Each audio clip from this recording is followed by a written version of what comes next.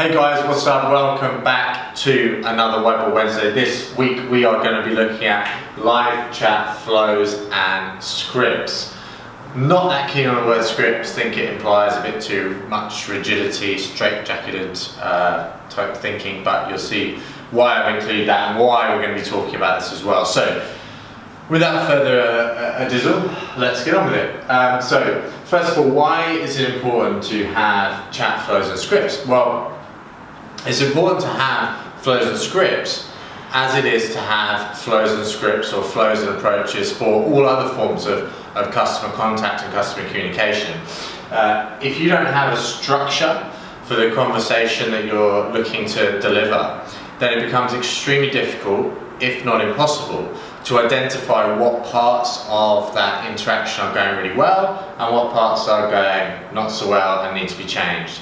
The other thing is, from a training perspective, if you don't have a structure, if you don't have a flow or a process that you're trying to get everyone to deliver on, everyone's going to kind of do it in their own way. And we're not saying here, just to get this out of the way really early, that we want to turn everyone into robots. In fact, quite the opposite. But what we do want to do is have some measure of control and understanding of what is that conversation going to look like, and therefore we can understand how is that conversation delivering on its objectives, and therefore we can understand what's working about it, what's not, and we can also train people on ways in which they can improve in certain sections of that. So a structure is super important. If we don't have a structure, everyone's going to be freestyling like the Bomb Funk MCs. So, goals, next up.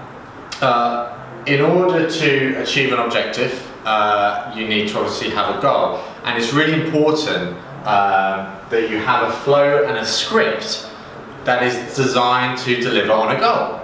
So you set your objective, you set your goal, and we're going to talk about this a bit more and how we actually build this, how we bring it out, but you set your objective and you set your goal, and then you can use a flow and a script to ensure that everyone is moving in the same direction. All the people that are interacting with your customers have a clear vision, a clear understanding of the end point they need to get to and the likely steps involved in getting there. You wouldn't go looking for treasure without the treasure map. It's the first step of the puzzle. The flow is the treasure map. I am here, the treasure is here, these are the steps I need to go to get to the treasure. I get the treasure, pirate party, everyone's happy. Okay, next up, move the conversation forwards. One of the really interesting things that we see so much with customers using chat is they don't have a flow and the agent isn't the one leading the conversation, it's the customer. The problem with chat versus, say, the phone is that the conversation organically dies if no one's moving forwards. The reason for this is because the customer will come on, ask a question, get an answer. They'll ask another question, get another answer. They'll ask another question, get another answer.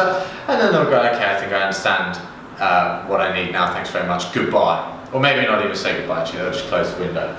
Because on the phone you have someone breathing on the other end, you have a natural kind of forced discourse, as it were, because you have to fill that void. With chat you don't, because there's no weird pauses, it's just text on the screen. So if you're not in a position where the agent is leading the conversation, if you're in a position where the customer is leading the conversation, two things will happen. One is that the conversation will probably wither and die, and you won't be able to get to achieve your goals because the customer will have gone. But the second thing is, about this whole concept of moving the conversation forwards, is we should be the ones who understand how best to help the customer, right? The people that the customer is speaking to is the expert in whatever product, service or problem that customer is having.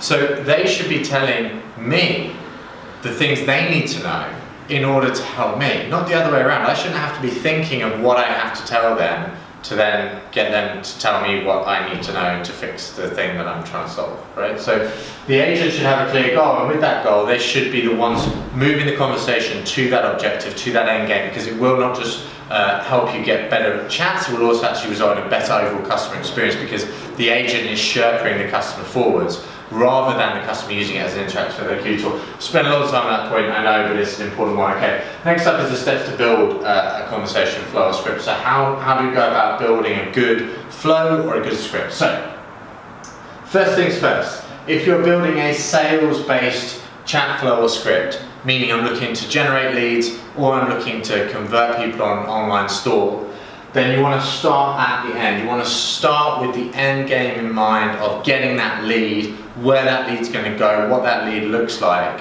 how you're going to get someone through the basket process, the steps involved there, and you want to begin from there and come backwards. If you're looking at a support-based interaction for your flow script, then you need to understand the different potential support scenarios and the way in which you can fastest define which scenario that person is in, and then which steps result in the fastest and most effective resolution for that customer in the shortest amount of time. Slightly different starting points for sales and support there. After that, it gets pretty similar. Second up is understand the customer journey. So don't do things that are out of order with a general just logic and flow. And it might be difficult for you guys if you're really in the business, because you see stuff all the time, you see the website all the time, you just know it. So maybe get someone who's outside the business to look at this with you. But really all we're talking about here when we're saying understand the customer journey is what are the logical steps that someone goes through in their particular purchase journey, or the logical steps they go through in their support journey. If we look at the purchase journey as an example, and I'm looking to buy a new car, I probably want to understand, well, what make and model am I looking for, what kind of specifications do I need, or what kind of number of seats, do I want petrol or diesel? There's a sort of a logical order of things, generally speaking. You know, you wouldn't typically say, do you want a petrol or a diesel car straight off the bat, because most of the suppliers, manufacturers will have petrol or diesel options. So for most people, the primary driving force is the type of car, whether it's a saloon or a four-seater or a sports car or whatever, and also the make and model. They're the two things that logically people start with. So when you're looking at building a flow in that kind of scenario, you want to make sure that the questions that you're asking, the steps that you're taking, make sense in terms of some sort of just base logic of how people buy your product or service. Okay. Number 3, what do you need to know? So this is the bit where we as a business get to figure out, okay, well, I know that a lead is really qualified when I know these 5 things about them. Or I know that someone is much more likely to purchase when I can understand these 3 things about the product they're looking for and make recommendations. Or I know that I'm much more likely to successfully solve a support issue when I have access to these 3 pieces of information. And what you can then do is reverse engineer your requirements into the questions that you're going to be using to move the conversation forward. And if you're putting those questions within the context of a relevant customer journey, it will make sense to the customer that you're asking these things, because you're trying to get to the end journey. So make sure you know what you want to know, and make sure it's incorporated into the flow, know flow, in the flow, you know, so that during this process you're actually extracting more value from that interaction rather than just a similar base form fill that you might get if you weren't doing chat in the first place. Next up, engagement opportunities. So a really important thing here. The reason why scripts is a bit of a contentious word is I think it has an implication of being extremely robotic and extremely cookie cutter and the same. One of the things that we definitely suggest in your flow and script building is help your agents to identify, to highlight really good potential areas to bring out some engagement. And what we kind of mean by that in illustration is to say, okay, where are you looking to go on holiday this year? And then we might prompt them to say, make some comments or conversation about that destination and where they've been before and these kinds of things. So we're actually just giving them a bit of a heads up as, listen guys, this is a really good area in the flow where you can bring your own personality, your own character, your own questions, and bring that person-to-person feel to make sure it's not just, where do you want to go on holiday, how many people are going, what kind of accommodation do you want, thanks very much, give me a name. So engagement opportunities, look at where they fit, look at where they can be. I've accidentally rubbed off on the whiteboard. We'll live with it. Next up, 5, tone of voice. Really important that your chat feels like your brand.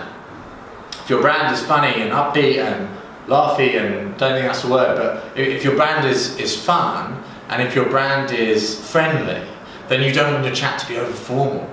Equally, if you're a very formal, serious business company, then you don't want your chat to be too fun, friendly with emojis and so on. So it's really important when you're looking at your flow and the way you've written those questions and the context of those questions, they feel right when you take into account the overall tone of voice for the brand. So don't forget that. Last but by no means least is the process steps and exceptions. So when working through the flow, are there any specific steps the agent must follow? Are there any specific exceptions they might face? For example, they can't do returns from a particular country, or if someone is a non-member, then you have to tick these 3 boxes and you have to also get this extra piece of information. This is why having these flows and scripts is so important, because it's actually centralizing all the potential variables that you're looking to do. And from this, on another session, we'll talk about how we can then build a knowledge base to support an agent who's utilizing this flow. But make sure that you've thought through yourselves. You've gone through the journey yourself and understood the process steps that someone needs to go through, and also any potential exceptions or red herrings that might come up along the way. Now, on the right hand side here, what I've illustrated for you is kind of how we build flows and what they end up looking like. And you'll see it literally is a flowchart type diagram. So in each of these boxes there would be a potential question, a decision tree, or an engagement opportunity highlighted, and sometimes they'll be highlighted on the side here next to the box. And we try and always split our conversations into 3 main phases or categories: explore, identify, and match. The idea being that we want to start high level, and we want to use these questions to determine where is the buyer in this particular scenario, where is the support user in this particular scenario, so that we can better serve them through the rest of the conversation. The identify phase would be where we want to get into the detail of things. We want to start to understand the substance of what the customer's looking to do. We want to get more specific with their requirements, and we want to help them more in terms of defining how they can solve those requirements with our product or service, or how they can solve their issue with these steps. And the match stage finally is about ensuring that we've got the information we need, we've done everything we need to do, that the issue in this case of support has been resolved or finished or finalised, and where that issue maybe goes, who it maybe is sent to, who needs to see it, and any kind of follow-on steps to close down that particular interaction.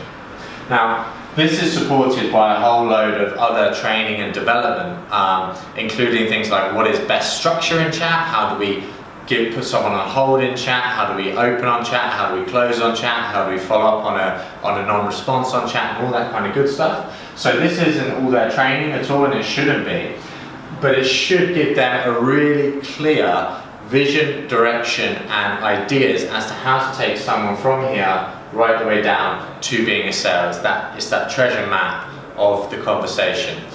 Last kind of really important point, this can't be stressed enough. This thing that looks a bit like a robot wasp more than a robot, or I think it does. The thing that we need to do to make sure our team don't become robots is essentially through training and trust.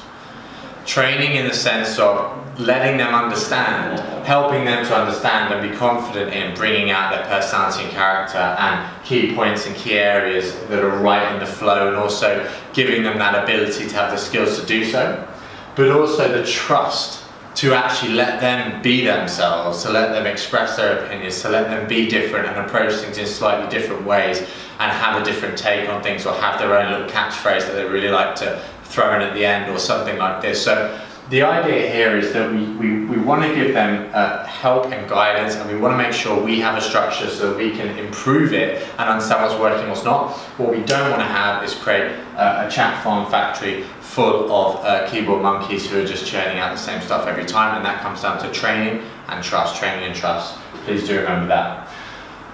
Ladies and gents, live chat flows and scripts. Thank you so much again for watching. Please do subscribe. Love to hear your thoughts or feedback. If you've got any questions, do get in touch with me directly as well. Thanks again, guys. Cheers.